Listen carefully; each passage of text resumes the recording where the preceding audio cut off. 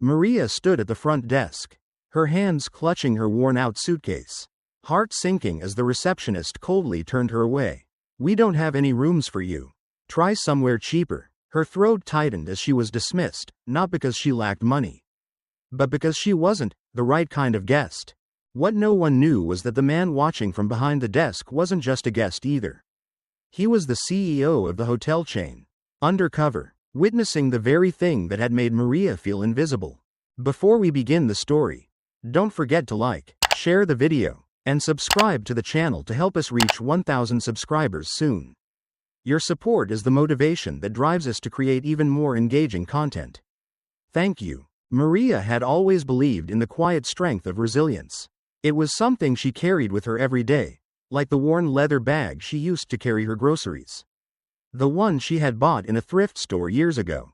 It wasn't fancy, but it was sturdy. Much like her, she never asked for anything extra, never demanded attention. She had learned long ago that when you come from nothing, you simply get by. After a long day at the factory, Maria made her way to the small motel she had booked. It was the kind of place she didn't mind staying at, clean, inexpensive, and just far enough from the city to offer some peace. She had saved for weeks to afford this night. A simple, quiet night away from the harsh noise of the factory floor, where the constant hum of machinery made it hard to think, let alone breathe. But when she reached the front desk, the receptionist barely looked up from the computer screen. "I'm sorry, ma'am, but we don't have any rooms left in the regular section," he said, his voice flat. Maria, her heart sinking, clenched her purse tighter, the leather biting into her palm. "I reserved a room," she said, trying to keep her voice steady, though her stomach churned. The receptionist didn't even glance at her as he clicked away on the keyboard. "All we have left are the premium suites. You can try a cheaper place around the corner if you're looking for something more affordable." Maria's mouth went dry. She had paid for the regular room in advance. She had saved every penny she could for weeks. Her mind raced, but her body felt like it was frozen in place, unable to do anything but wait for him to make eye contact, to offer some sign of recognition. None came. She stood there for a moment, the weight of the situation pressing down on her chest. She was used to being treated like this, overlooked and discarded, but this was different. This time, she wasn't sure how to respond. She thought of the long bus ride she had taken just to get here, of her daughter, waiting for her at home, the thin thread of hope that had carried her through so many years of struggle. Could she really afford to fight this? And then, just as she was about to turn and walk away, someone else stepped into the lobby. He was tall, his dark suit impeccably pressed, his shoes polished to a gleam. He walked with a quiet confidence. A man used to getting what he wanted without asking for it. Without even glancing at Maria, he approached the counter. "Is there a problem here?" His voice was calm, but there was a certain weight behind it, something that made the receptionist look up in surprise. The man's eyes were sharp, assessing, and his posture didn't flinch.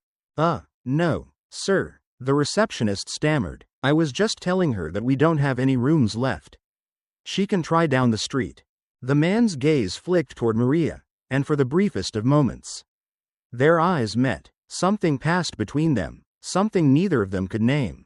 The man turned back to the receptionist, his tone suddenly more authoritative. "I'll take a look at the booking system myself."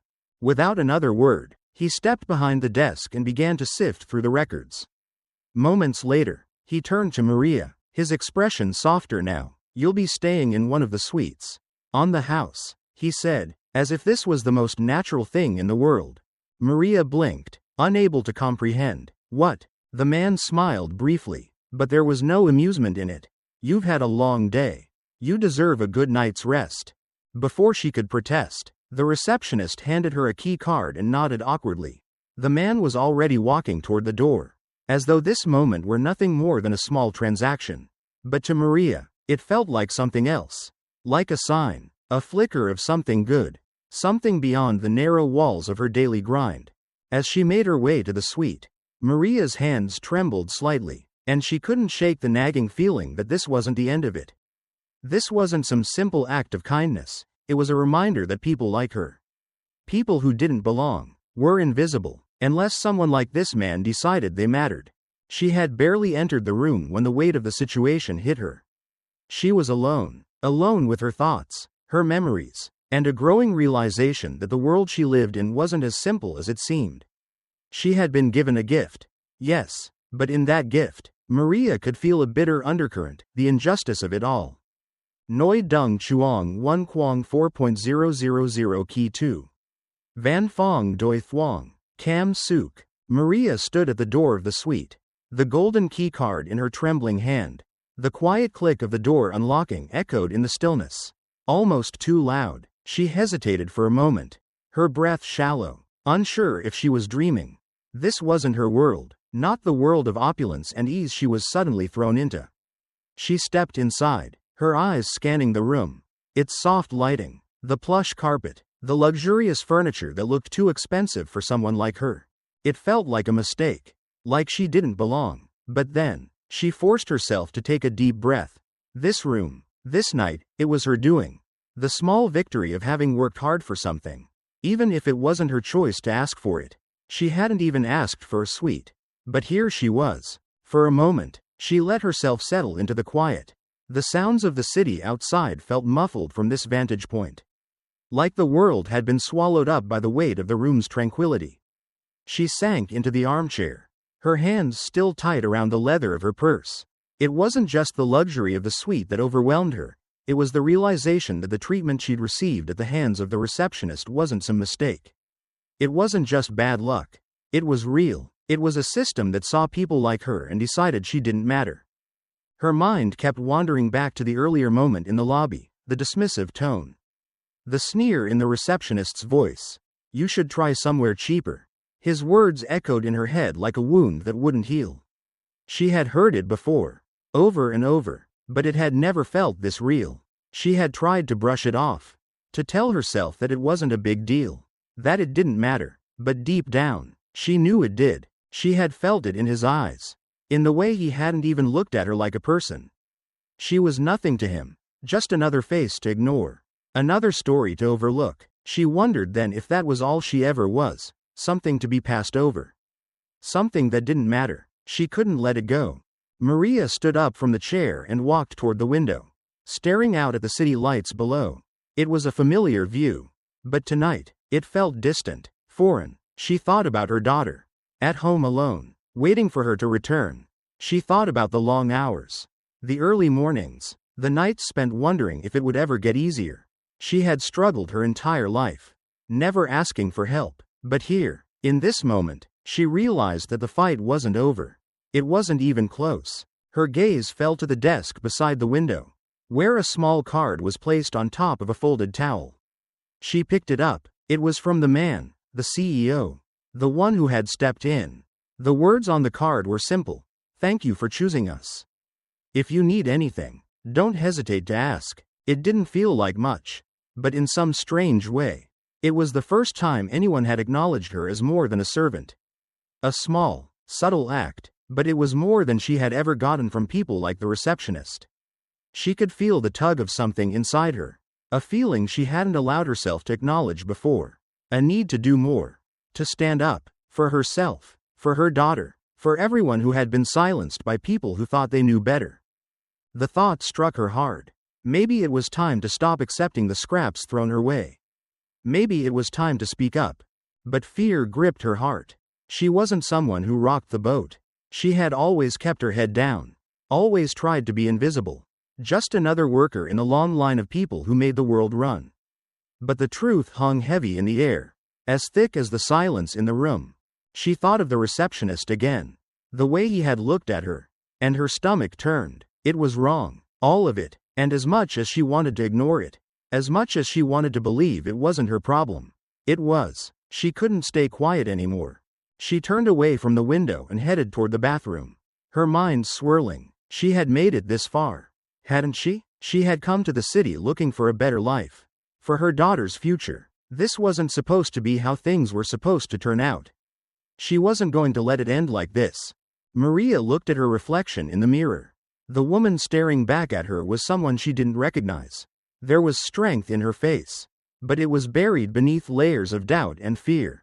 And for the first time, Maria wondered if maybe, just maybe, That strength was enough. The knock on the door startled her. She wasn't expecting anyone. Hesitantly, she approached the door, her heart racing. It was the receptionist. "Ma'am," he said, his face stiff. "I just wanted to make sure everything was satisfactory." Her grip tightened on the doorknob. "It's fine," she replied, her voice calm, though her pulse quickened. But he wasn't finished. He looked around briefly, then leaned in slightly, his voice dropping to a whisper. "You should be careful. You don't belong here. Some people don't know their place."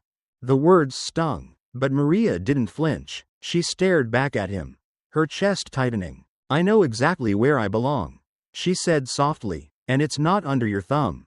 He straightened up, clearly taken aback. Without another word, he walked away. Maria closed the door slowly, the weight of his words still pressing against her. But she wasn't afraid anymore. Maybe she hadn't had the courage before. But something had shifted. Something had snapped. She wasn't going to let him win. Not today. The days that followed the incident in the lobby were a blur for Maria. She woke up each morning with a dull ache in her chest, like a weight she couldn't shake off. The suite was luxurious, yes, but it felt like a gilded cage. No matter how hard she tried to settle into the comfort of the plush sheets and the quiet, the injustice she had felt lingered.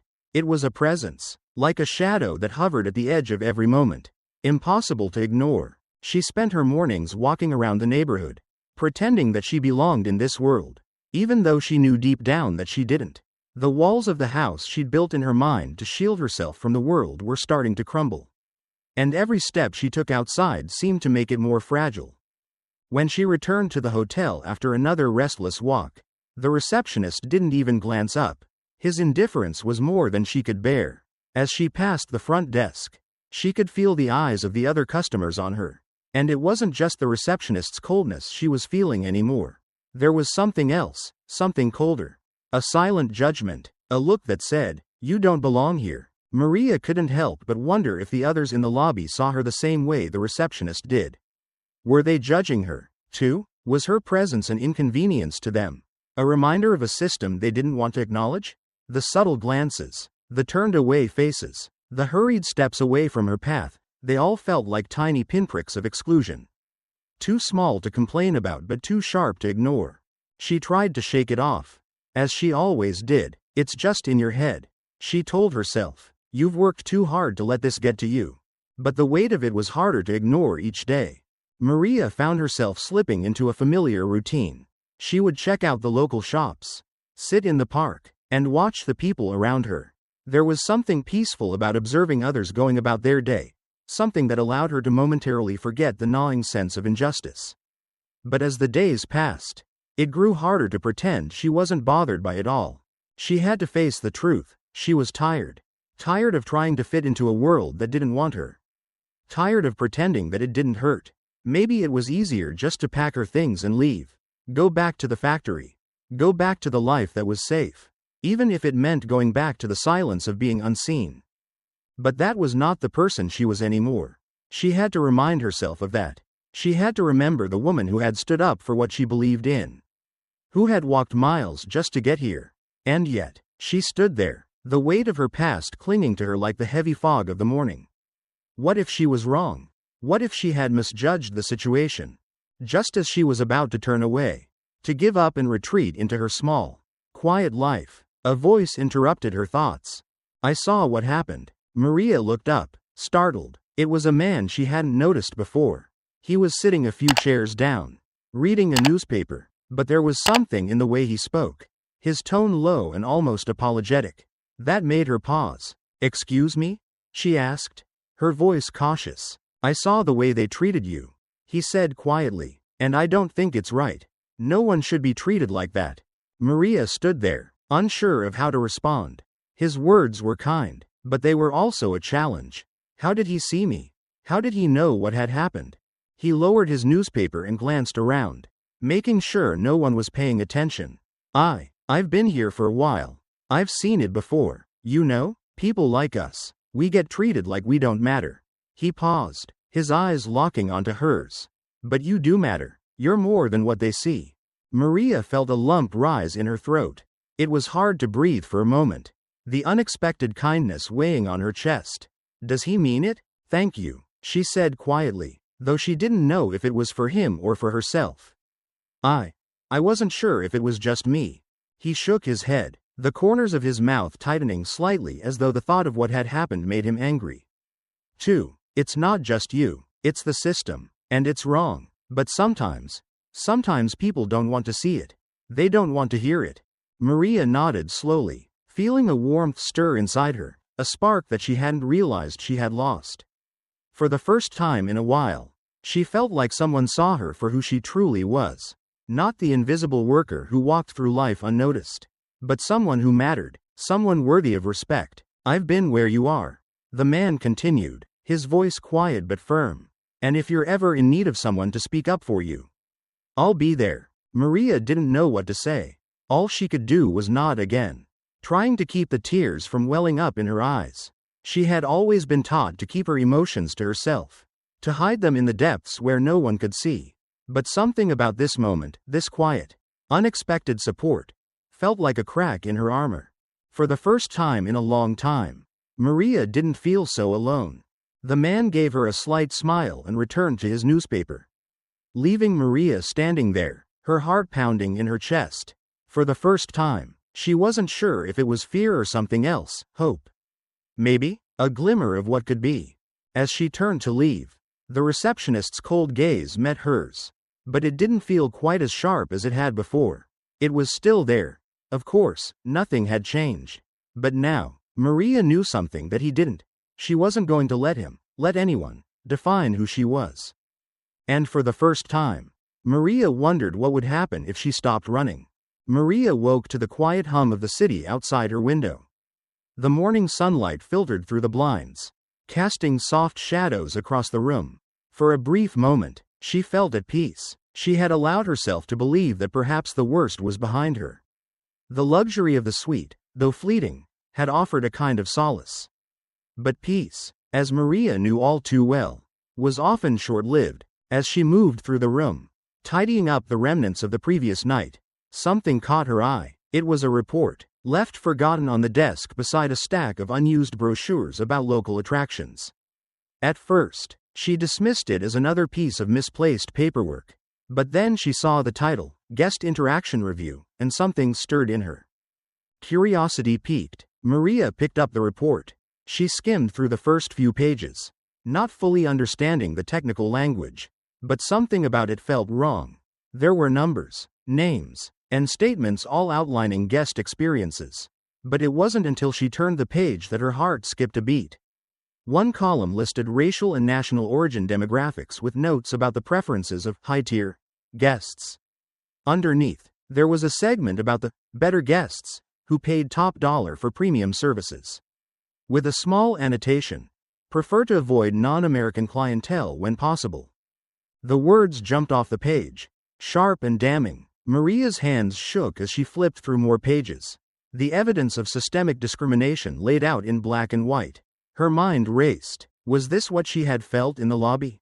The cold shoulder from the receptionist, the dismissive tone. It all made sense now. She wasn't just imagining things. She was being treated differently because of her background. And the hotel had a policy about it. Her breath caught in her throat. What could she possibly do with this information? Maria's hands grew clammy as the weight of it pressed against her chest. She wasn't an activist. She wasn't someone who made waves. The idea of confronting the hotel or anyone in power sent a cold shiver through her. What if this ruined everything? What if the backlash was worse than what she'd already endured? The sound of the door opening broke her thoughts, and Maria quickly shoved the report back under a pile of papers. Her heart pounding in her chest. The receptionist walked in with a fake, practiced smile. Good morning, ma'am. I just wanted to check on your stay. Is everything satisfactory? His voice was smooth, but there was something in his eyes, something cold and calculating, that made Maria's stomach turn. She forced a smile, trying to mask the panic bubbling inside her. Yes, it's been fine, thank you. The receptionist didn't leave, though. He lingered near the doorway, his eyes scanning the room, then flicking back to her. He was waiting for something, perhaps for her to make the first move. To say something that would give him the opening he needed. The tension in the room thickened, and Maria could feel his judgment, the subtle threat hidden in his posture. "Good," he said, his smile faltering. "You know, it's always a pleasure to have guests who understand their place." Maria's heart skipped. The words were subtle, but the implication was clear. It was the same line of thinking that had been used to justify everything from the moment she walked in. She wasn't supposed to be there. She wasn't supposed to be in this world. She began, her voice quiet, but she didn't know how to finish the sentence.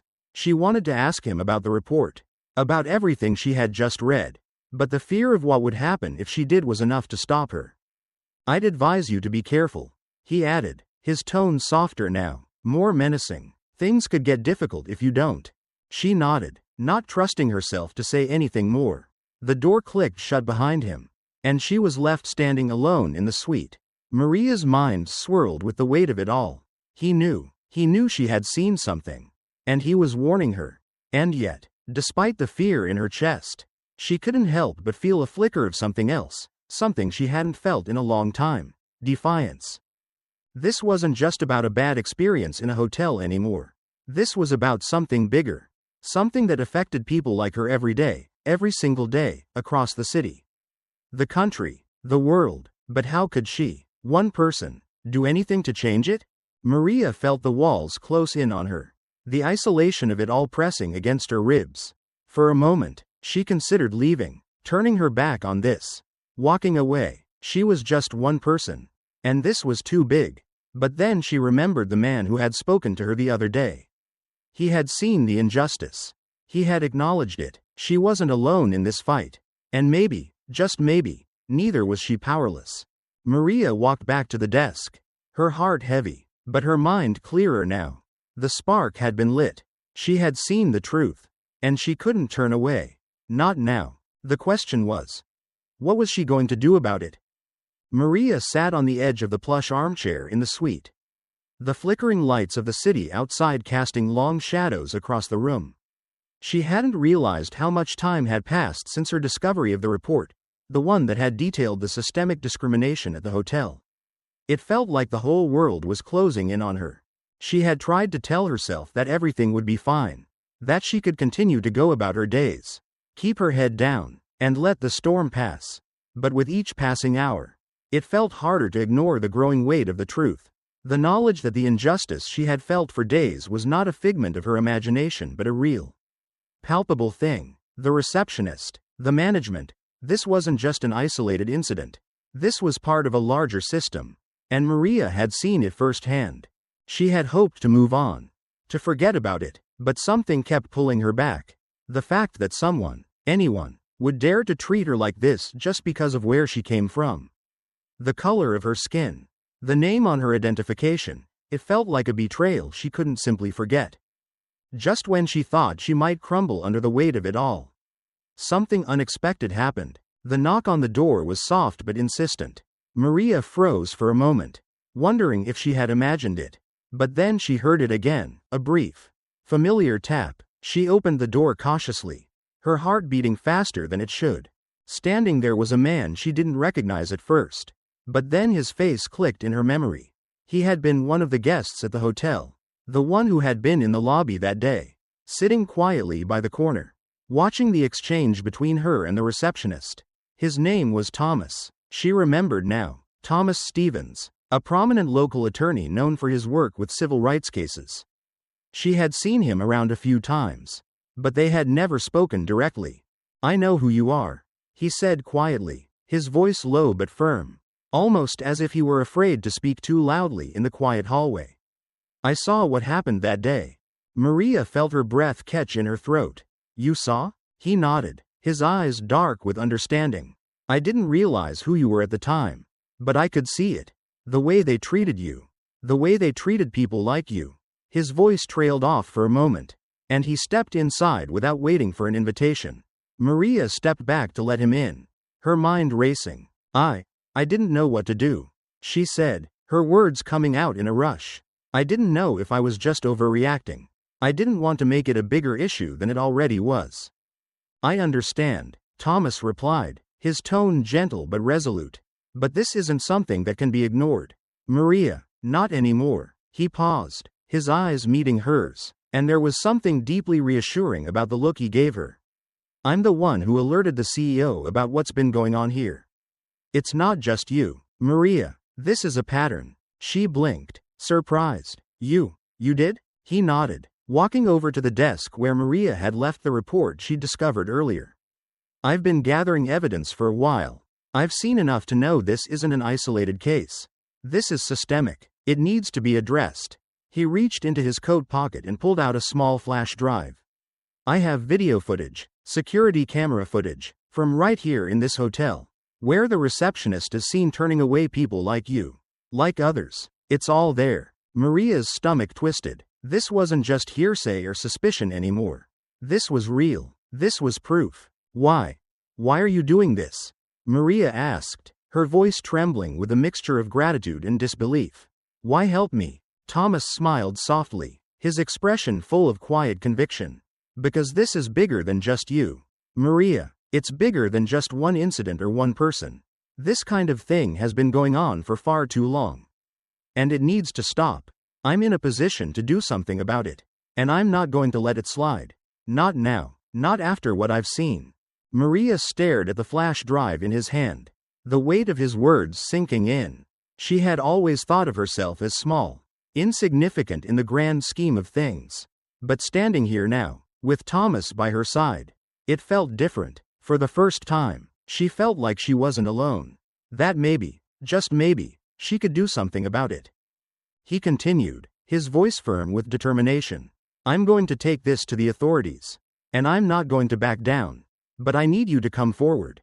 Too. I need you to stand with me. Maria's heart beat faster as she considered his words.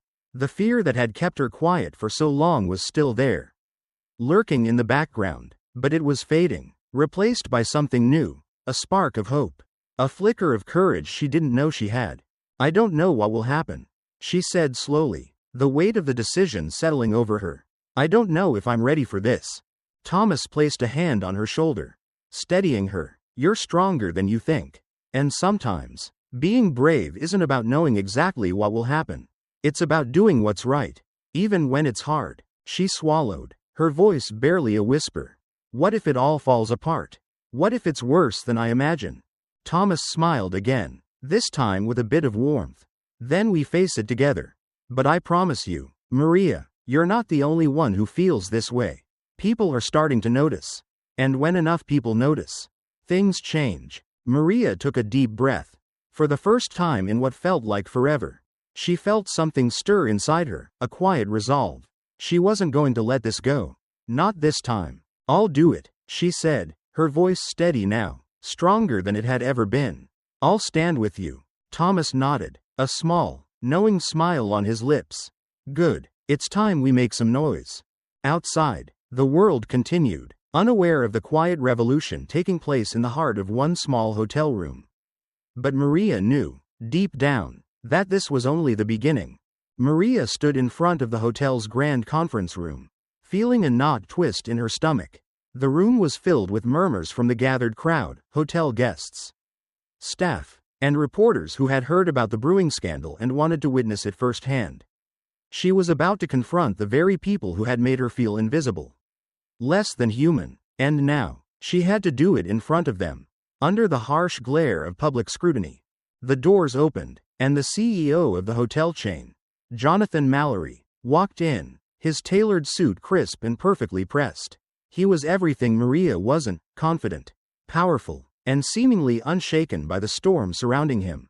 He strode to the front, his expression cold and calculating, ready to defend the business that had been his life's work.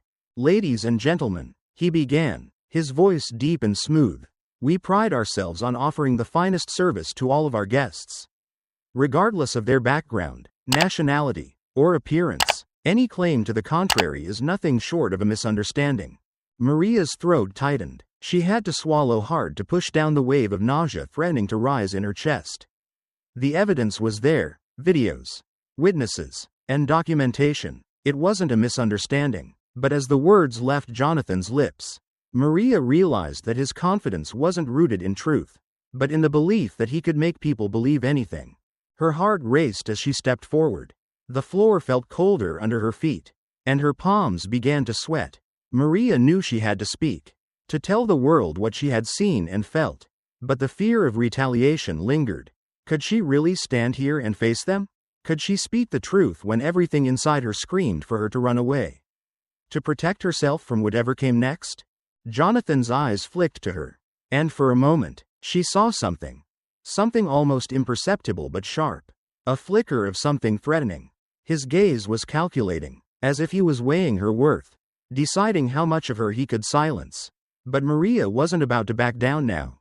The room fell silent as she approached the podium, the weight of 1,000 eyes pressing down on her. She cleared her throat and then spoke, her voice steadier than she expected. "I'm not here to make things difficult," she began, her voice echoing in the now still room. "I'm not here to destroy a business. I'm here because this system, this behavior, it's wrong. What I experienced wasn't just a bad day at a hotel. It was discrimination. It was being treated as less than human."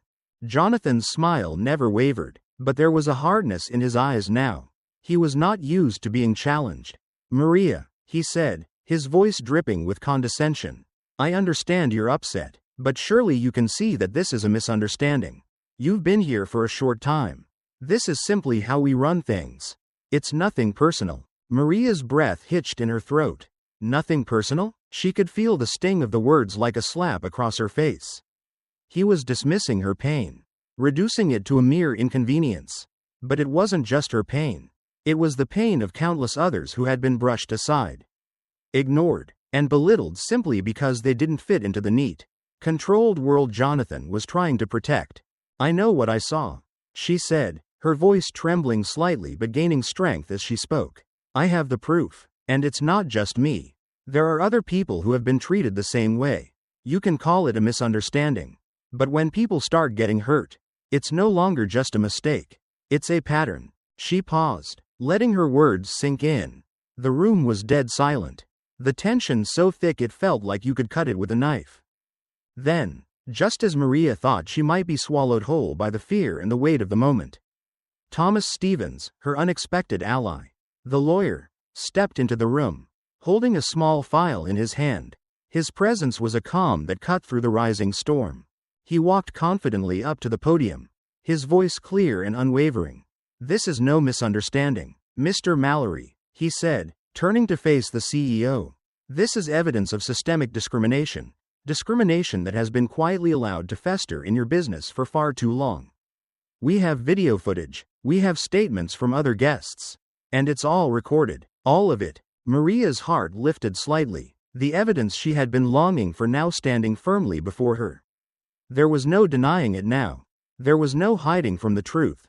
The CEO's face stiffened, his previously composed expression now slipping. "You're mistaken," he spat, his voice no longer the confident, smooth tone it had been moments before. "This is an attack on our reputation, and I will not stand for it."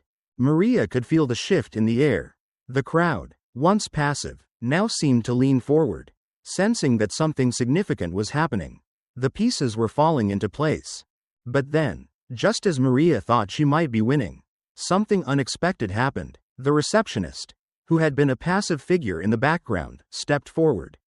His face contorted with anger. "You think you're the only one who's been hurt here?" he sneered. His words aimed directly at Maria. "You think you're the only one who's had to deal with difficult guests? You think you're special? This is what happens when people like you try to disrupt everything. You don't belong here." Maria recoiled, the venom in his words striking deep. But just as quickly, she felt a surge of defiance. His words were meant to silence her, to make her feel small again. But they weren't going to work. Not this time. She turned back to the room, her voice growing stronger. "It's not about being special. It's about being treated with dignity. We all deserve that, no matter who we are or where we come from. And that's not something anyone can take away from us." The room was silent for a long moment. The tension was palpable, every person in that room waiting for what would happen next. Would the CEO continue to deny the truth? Or would he back down? Maria wasn't sure what the answer would be. But she knew one thing for certain, she wasn't going to back down anymore. But as the room shifted around her, she noticed something else, something that gave her pause. The CEO's gaze flickered to the receptionist, who had stepped up too far, and then back to her. The tension had just reached a new level. And then it hit her. This wasn't just about justice anymore. It was about survival. It was about standing her ground when the whole world seemed to be against her. It was about protecting her family, her livelihood, and her dignity. This fight wasn't over yet, and Maria was ready to see it through. But she couldn't shake the feeling that what came next would change everything, not just for her, but for all of them. The moment Maria had been dreading, yet also anticipating, had finally arrived.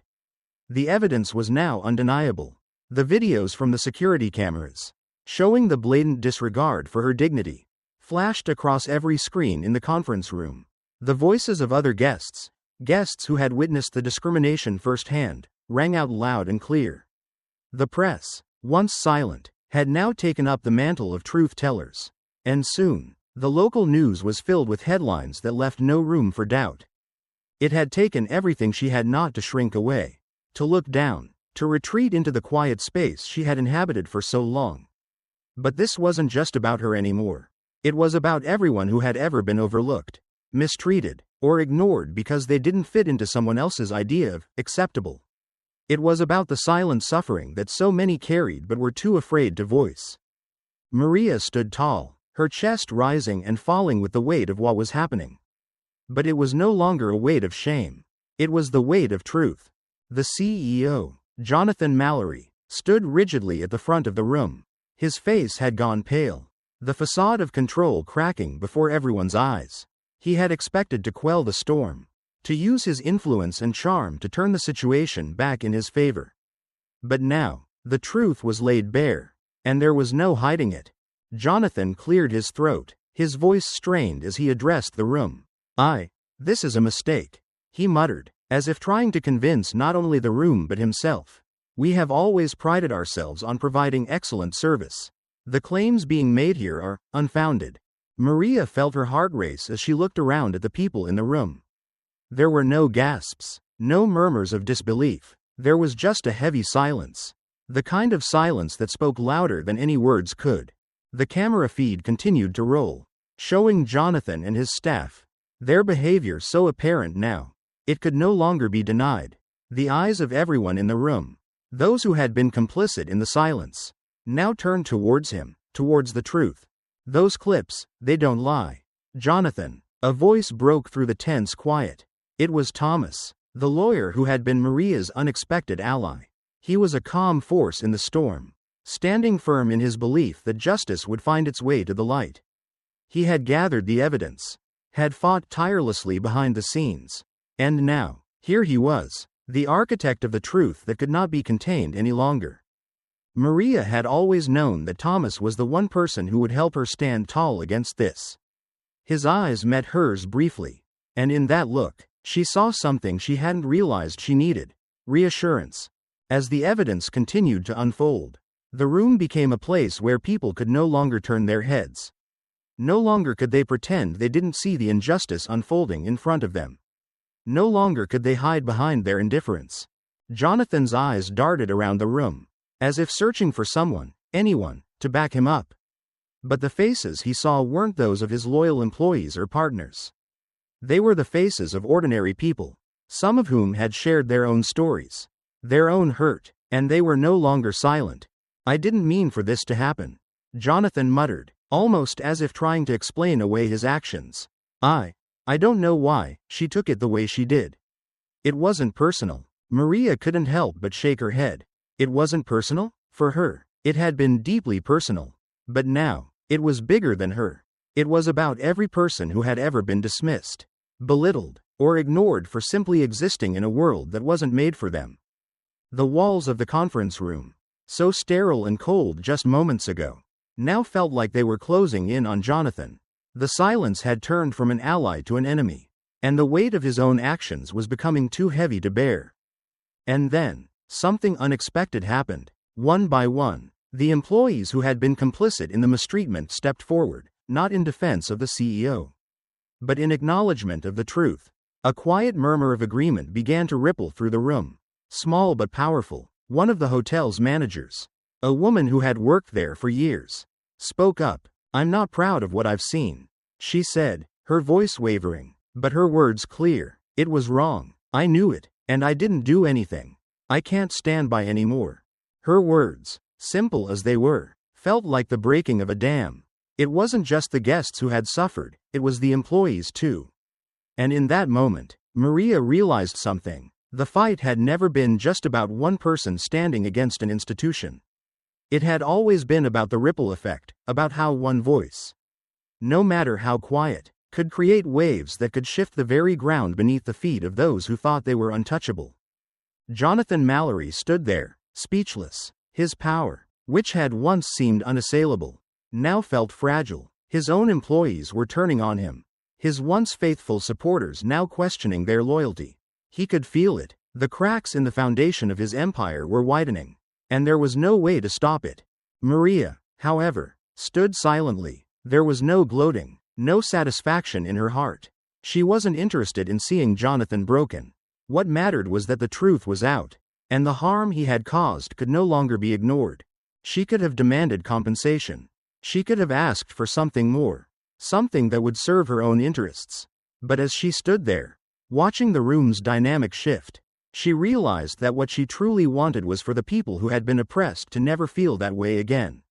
She wanted justice, yes, but not revenge. And so, as the room began to settle, as the murmurs of accountability turned into whispers of change, Maria made her choice. She wouldn't ask for anything. She wouldn't demand anything. What mattered was that the injustice had been seen, and it could no longer be allowed to continue. Her fight wasn't just for her. It was for everyone who had been silenced before her. And now, the world was finally listening. Maria stood by the window, looking out at the city below. The streets, bustling with people, seemed so ordinary, so unchanged, yet everything in her world had shifted. The legal battle was over, and the story had unfolded in front of the public eye. She had been a part of something bigger than herself. Something that had not only changed her own life but had rippled through the lives of others in ways she couldn't fully understand. There was no fanfare, no celebration, just a quiet acknowledgement that the truth had been laid bare. And for once, it was undeniable. The walls of the hotel, once a symbol of oppression, now felt distant, almost surreal. The CEO, once untouchable, had lost his grip, his empire crumbling beneath the weight of his own actions. But Maria knew that this was just one small victory in the ongoing fight against an unjust system. The journey had been long and exhausting, and while Maria felt a sense of relief, she also carried a deep, quiet sadness within her. The injustice she had faced wasn't unique to her, it was something that many had endured before her, and that many would likely endure again. She couldn't help but wonder how many others had faced the same silence, the same isolation, but lacked the courage or the means to stand up. As she stood there, lost in thought, she remembered something that had happened just a few days after the trial ended.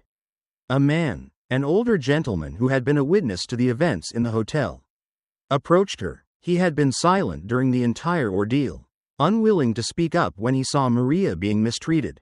But now, he came to her with a story of his own. "I never said anything back then," he confessed, his voice heavy with guilt. "But after seeing how you stood up for yourself, I realized I was wrong. I should have said something. I should have done something." Maria had watched him closely, seeing the regret in his eyes. And she knew that, in some small way, her actions had changed him. It wasn't much, but it was something. He had gone from someone who stood by in silence to someone who now understood the importance of standing up against wrongs. It was a small victory, but it was still a victory. "I'm not asking you to be a hero," Maria said gently, placing a hand on his arm. "But it's never too late to do the right thing. You don't have to let fear keep you silent anymore." He nodded, the weight of his own realization settling heavily in his chest. There was a quiet understanding between them, a shared moment of humanity that transcended the injustice they had both witnessed. Maria didn't need the validation from others. She didn't need anyone to tell her she was right. She already knew it in her heart. But seeing the change in this man, seeing how he had found the courage to step forward, made her realize the deeper impact of her actions. It wasn't just about her fight for justice. It was about igniting something in others, showing them that they didn't have to suffer in silence. As the days went on, Maria's life began to settle back into a rhythm. But the world around her had subtly shifted. The whispers of the case still lingered in the corners of the community. But there was a new energy in the air. People were more aware of their actions, more willing to question the status quo. And Maria couldn't help but feel a sense of pride in that. But as she walked through the city, her thoughts always returned to the same question. The battle she fought was over. But what about the next person?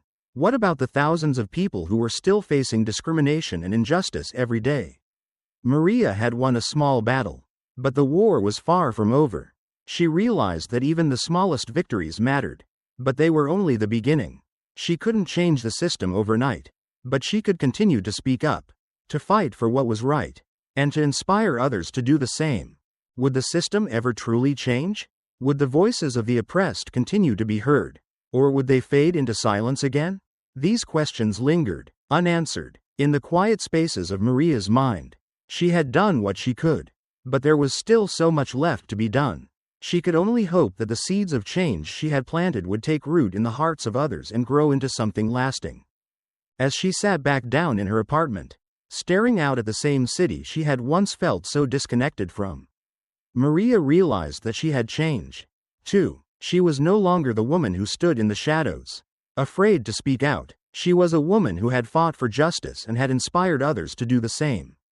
And while the road ahead would still be long, Maria knew one thing for sure: she was no longer alone in her fight. Not every hero wears a cape. Some simply choose to do the right thing at the right moment. And in doing so, they change the world. In that moment, when Maria stood up against the injustice that had been quietly ignored for so long, it wasn't just about her. It was about every voice that had been silenced, every injustice left unchecked. We live in a world where the loudest voices often drown out the quiet cries for fairness, but sometimes, all it takes is one person to remind us that what's right is worth standing for. The truth doesn't always come in grand gestures or dramatic moments.